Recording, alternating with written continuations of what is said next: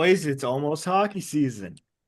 Hard to believe it's just now getting the middle of August and you're talking about hockey getting ready to start. It's crazy. I know. I mean, we went so long going into the championship series, we didn't have that much of an off season, which That's is true. not necessarily a bad thing if you're a hockey fan, I guess. That's true.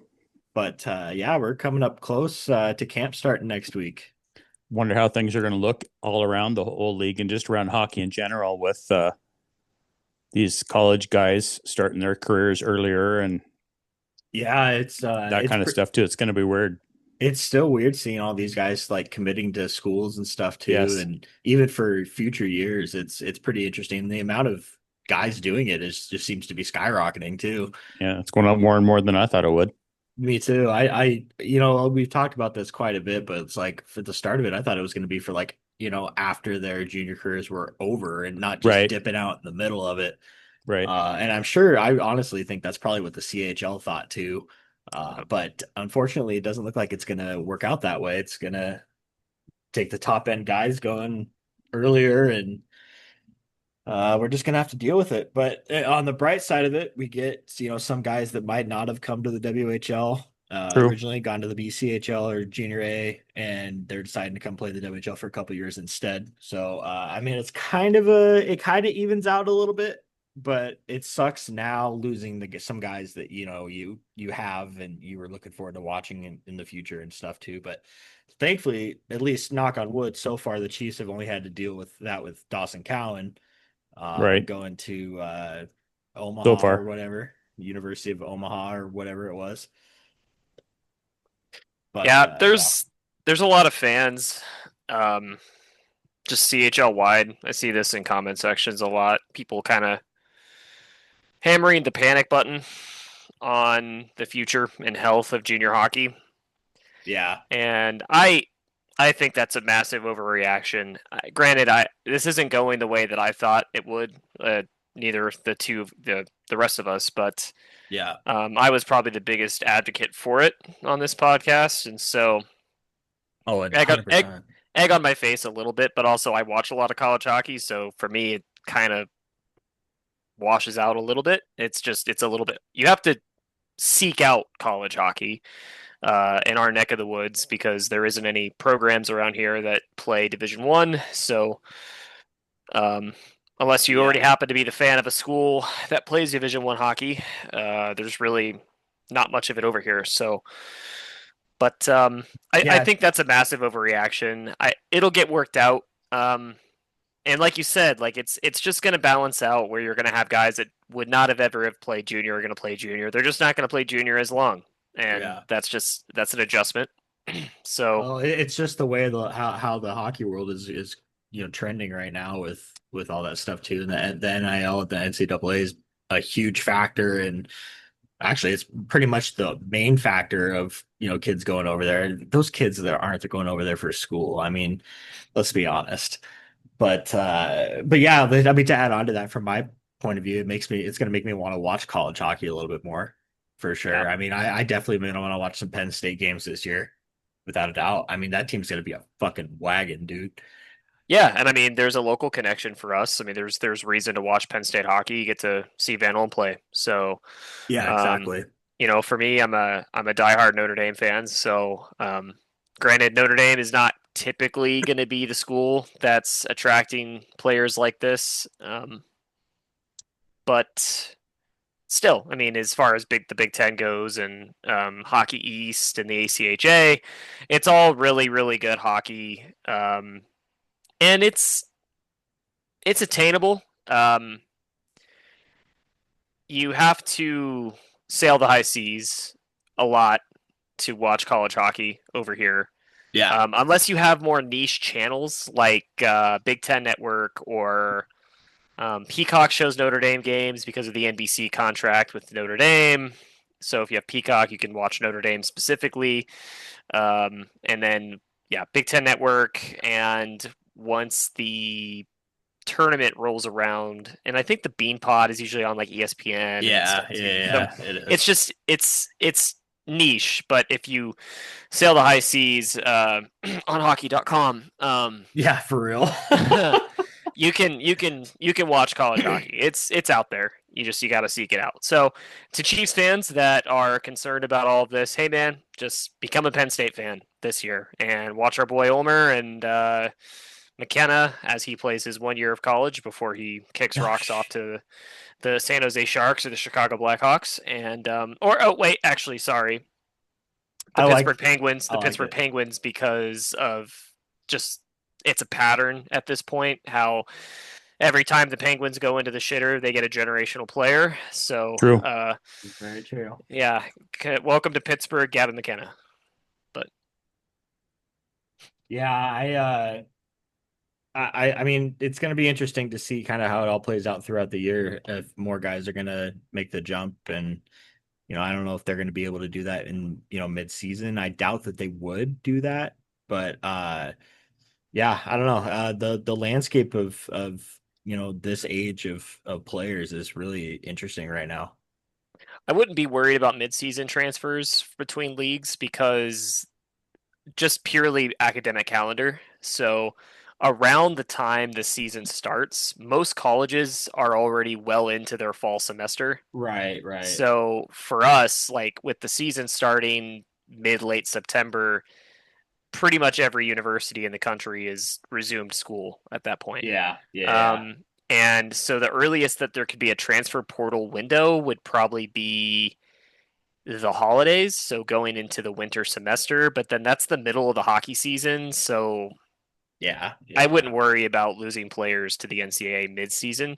There might be some weirdness around playoff time, but we'll just have to see how Yeah. that plays out. It's gonna be interesting either way. Before we get into all the recaps and news and whatnot, Cappy, how are you feeling? Brand new almost. Love it. We'd love to hear that. You even played some street hockey with the boys. Yes, you did. Can confirm I was there. Love to hear that. It's good to hear, man. Yeah, Happy you're feeling better. Are me you too. pretty much full go or what's up? I'd say depending on the day, between 90 and 95% back. That's awesome. Yeah. Yeah, that's good. He'll be making his yearly appearances at the arena for hockey games, so we're on Yes, board there. we are. But yeah, so I guess since our last episode, I mean, I'm kind of thinking we could start returning to, at least bi-weekly episodes until the season starts, maybe, or something like that for now. But I get lots of news to catch up on since our last episode was at the end of June. Uh, Starting with the CHL import draft, we were kind of curious where the Chiefs were going to go with their two picks. This year, you can have 3 import players on your roster. New change to the CHL import rules this season. So the Chiefs will have Asanali Sarkinov back. And we were wondering with Dawson, the rumors of Cowan leaving, which are now confirmed, if they would go with a goaltender in the draft. And to our liking, Jesus. The Chiefs select goaltender Linus Viard from Berlin, Germany. Pretty good stats. I was looking him up when it happened. They went German fully this year. Their other pick was also a German player. So a couple of and Viard's a 19-year-old goaltender. It's a 19-year-old season too. So he's a veteran guy. He's been around for a while. He's played in a couple different leagues over in Germany. He played in the DEL over in Germany last year. So Pro. pretty good stuff. Some good stats here. Where am I lost? 2.16 goals against average last season. And yeah, so it's going to be, he played for Germany in the World Juniors as well. If we watched the World Juniors, obviously I couldn't remember that, but I mean, Me either.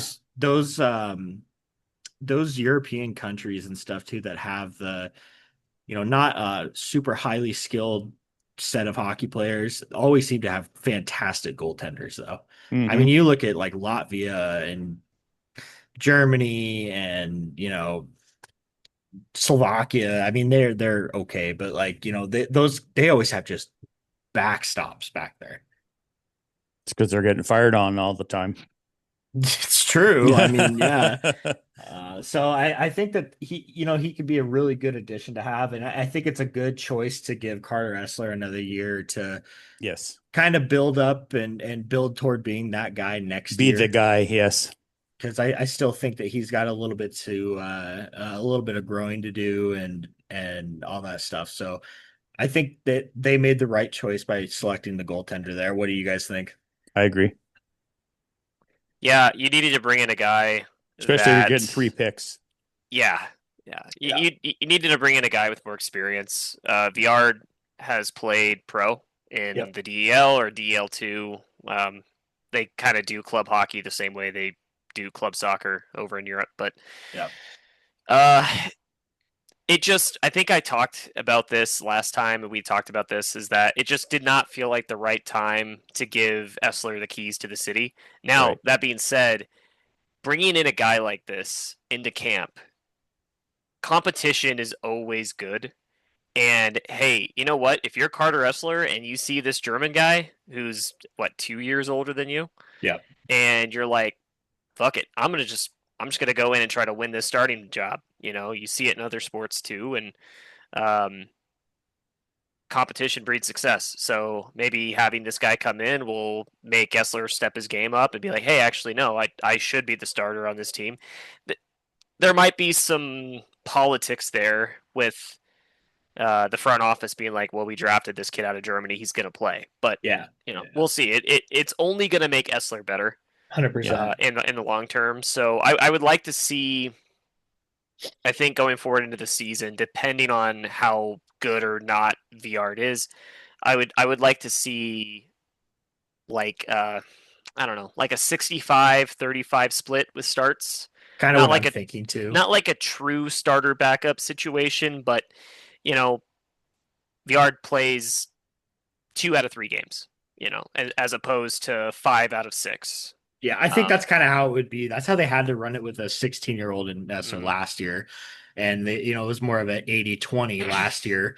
And so I think that it could be more of a 60-40, 65-35 type Yeah, situation this year. Give him a little bit more playing time than he got last year to kind of, just get him used to playing more often because he is going to be the guy of the future.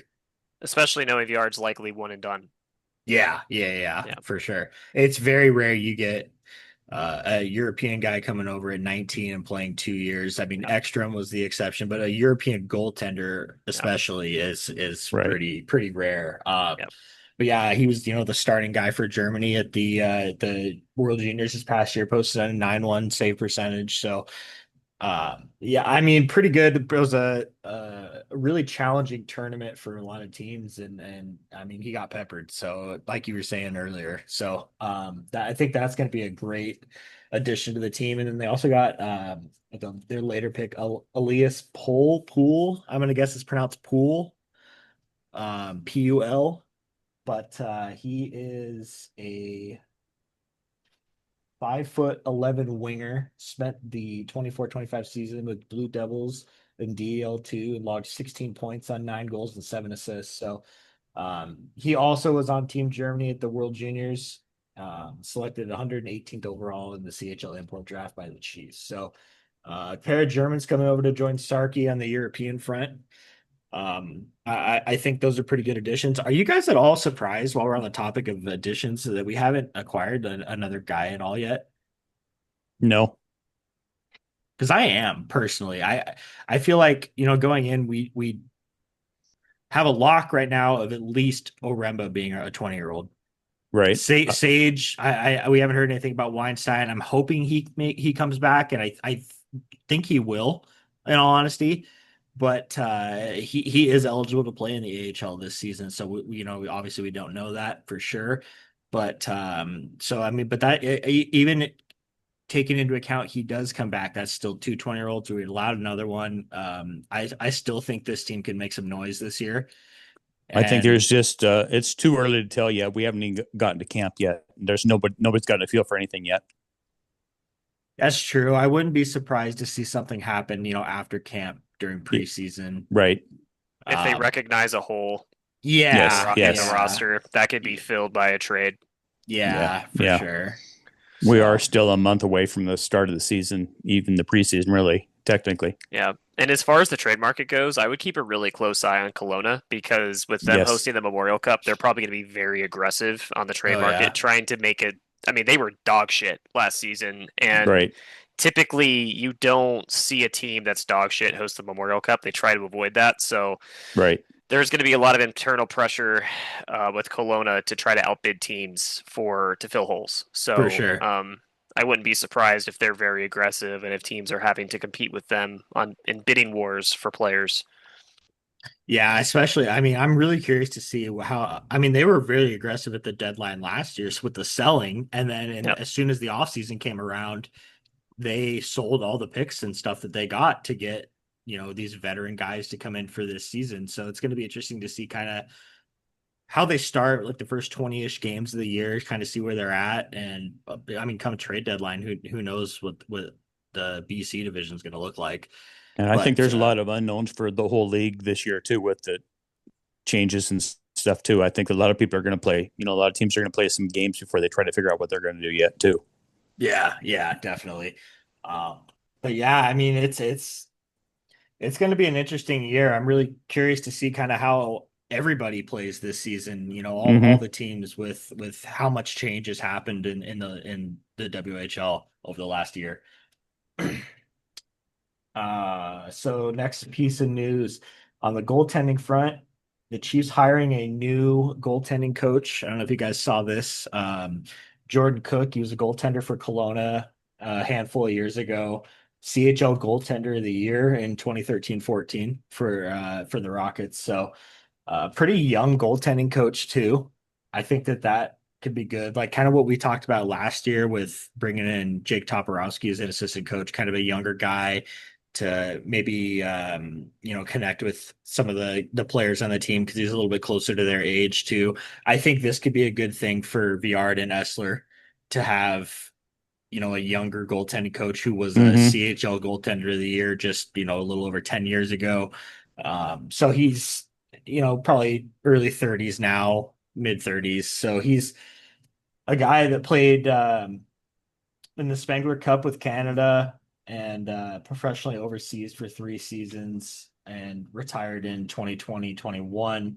Brings 5 years experience as a goaltending consultant to his first coaching role with the Chiefs. So it's going to be interesting to see if he is a goaltending coach that lives in town because I know our previous goaltending coach was Lucas Gore, and he Mm-hmm. lived out of town, would just come in, occasionally to work with the guys and stuff. But it's going to be interesting to see how that plays out. I do remember that name from when he played too. Yeah, it sounds vaguely familiar. Yeah, it was like I think he played like 2010 to 2014 or something like that. But Yeah. Kelowna's always had great goaltending too, so that doesn't shock me at all. Next set of news here. How about this? Brad Lauer named assistant coach for the 2026 World Juniors for Team Canada I like it. with Dale Hunter as the head coach. So they're really switching everything up with Canada Team after Canada. the Yes. dumpster fire that was their World Yes. Junior run last year. I've beat that dead horse. I don't need to make any more jokes about that. Yeah, no, but I think that's a great move. I mean, Lauer came into Spokane last year and completely turned this team around. And so I think that that's a perfect choice. And Dale Hunter is a good choice too. I think he's a great Yes. coach too. So congrats to Brad Lauer on that. That's awesome. Um, So you got who when he's gone at World Juniors, where's World Juniors at this year? Is it North America? yeah, it's in Canada? Minneapolis. Oh, it's in the US this year. Okay. Yeah. So when he's gone, who fills in for him? It'll probably Assistant? be it'll probably be oh God, what's the other assistant coach name? Pellerin. Yes. Yeah, because I can't think of a time that a Chiefs coach was ever selected for World Juniors roster. I can't either off the top of my head. I'm thinking maybe Bill Peters might have, but I don't Maybe, know. yeah, But there were a couple of times last year when Brad Lauer was like super Yes. ill and missed the game or whatever, and Pellerin filled in as that's head right. coach that game. So I think that's probably where they'll end up going. But nonetheless, I mean, it's awesome for Canada. Honestly, I think that's a good choices there. I'm just saying. I'm just saying. I'm trying to be positive. No, I know, I know. I just I go full patriot when it comes to international hockey. You know this. I know. So Speaking of international hockey, did you watch any of the Holinka Gretzky? uh highlights. It's again on hockey.tv. Yeah. It's not really something that I was paying much of attention to. I just thought it was very funny how Canadian state media would just show like all these sick goals that our boy was scoring, and then it didn't matter because the U.S. won gold anyway. So, Hey, but they didn't talk Bro- about that. No, Brody Gillespie was on Brody, that yeah, USA yeah. team though. No, shout out Brody, man, gold Um, medalist. Yeah, hopefully he but can make the U20s. That'd be dope. I expect him to have a pretty big year this year. I Yeah. think he's I he's do going to too. break out a little bit. But yeah, no, he played great in that tournament. I mean, Mathis Preston was unreal for Canada, Yeah, though. I mean, that kid's gonna tear up this league this year. I'm so excited to watch him progress. yeah. I am praying, begging, and pleading that the Seattle Kraken just hey, let us have Catton back one more year because I need some Catton and Mathis Preston for the next 6 months in my Yes, life. I need it. absolutely. I need it, and I really hope that. I mean, come on, like we all root for the Kraken here, right? Like Oh yeah. one more season, one more. Well, it's It's not fine. like I feel like for Catton's development overall, it's going to be better to send him back here for another year. Because I mean, Yeah, if he was eligible to play in the AHL this year, that's the spot for him to go. Right. I genuinely think that. Here's the thing: he's not eligible to play in the AHL this year. He has to either play in the NHL or he's back with the Chiefs. yep. I think Seattle lets him play, 5 to 9 games, and they send it back end of October. That's what I'm going to say. Yeah. I hope so. Um, but I would assume that we'll get to see him a little bit in camp before he goes I off would to think so. Seattle. So it'll be interesting to kind of see that. One thing that I always like, checking out in training camp is seeing like how how much the guys like kind of bulked up over the summer because you see that a lot where like guys will just hit those growth spurts over the summer and then they Hmm. just look like just completely different players. So it's going to be interesting to see Carter Essler bulked up a little bit, or Nathan Mays or McIsaac did a little bit more. Or, it's going to be really interesting to see that for sure. But another piece of news here: the Chiefs signed 2025 second round defenseman Riker Doka a couple of weeks ago. So that'll be another guy to watch in camp. It's going to be kind of a future of the defensive core for the Chiefs. He could play up to 10 games as an affiliated player this season. And then last piece of like official news that I have is the trade that the Chiefs made with Medicine Hat last week, trading the rights to Landon Hafeli for a conditional second rounder and an eighth round pick in 2026. So that's an interesting one. I if he ends up going to Medicine Hat, obviously the Chiefs would get that second round pick in 2026 or 2027. So I'd say it's a win-win for each side if he, decides to go over there. He's been in the USHL last year and he is supposed to be back to, or he was at NTDP last year and he'll be with their junior team in the USHL last season and committed to, yeah, he's committed to them this year too. And then he's at Arizona State in the 26-27 season. So Yeah, and I think I, he was also in the Gretzky Holinka tournament. yeah, I I think he think I saw was. his name floating around. Yeah, and that was a guy he did come to camp not last year, but the year before. He was at our training camp, but he ended up going. This was before the NCAA Yeah. ruling, but he did end up coming to camp and then ended up deciding to go with the college route. But he it's gonna be interesting to see if Medicine Hat's gonna be able to get him. Medicine Hat's got a lot of American born guys on their roster this year. Like they snagged like two or three trying to make up for losing McKenna and Ryder Ritchie and all those guys and Caden Lindstrom. So Medicine Hat's going to be interesting. Another team that's going to be interesting to watch out east, I think.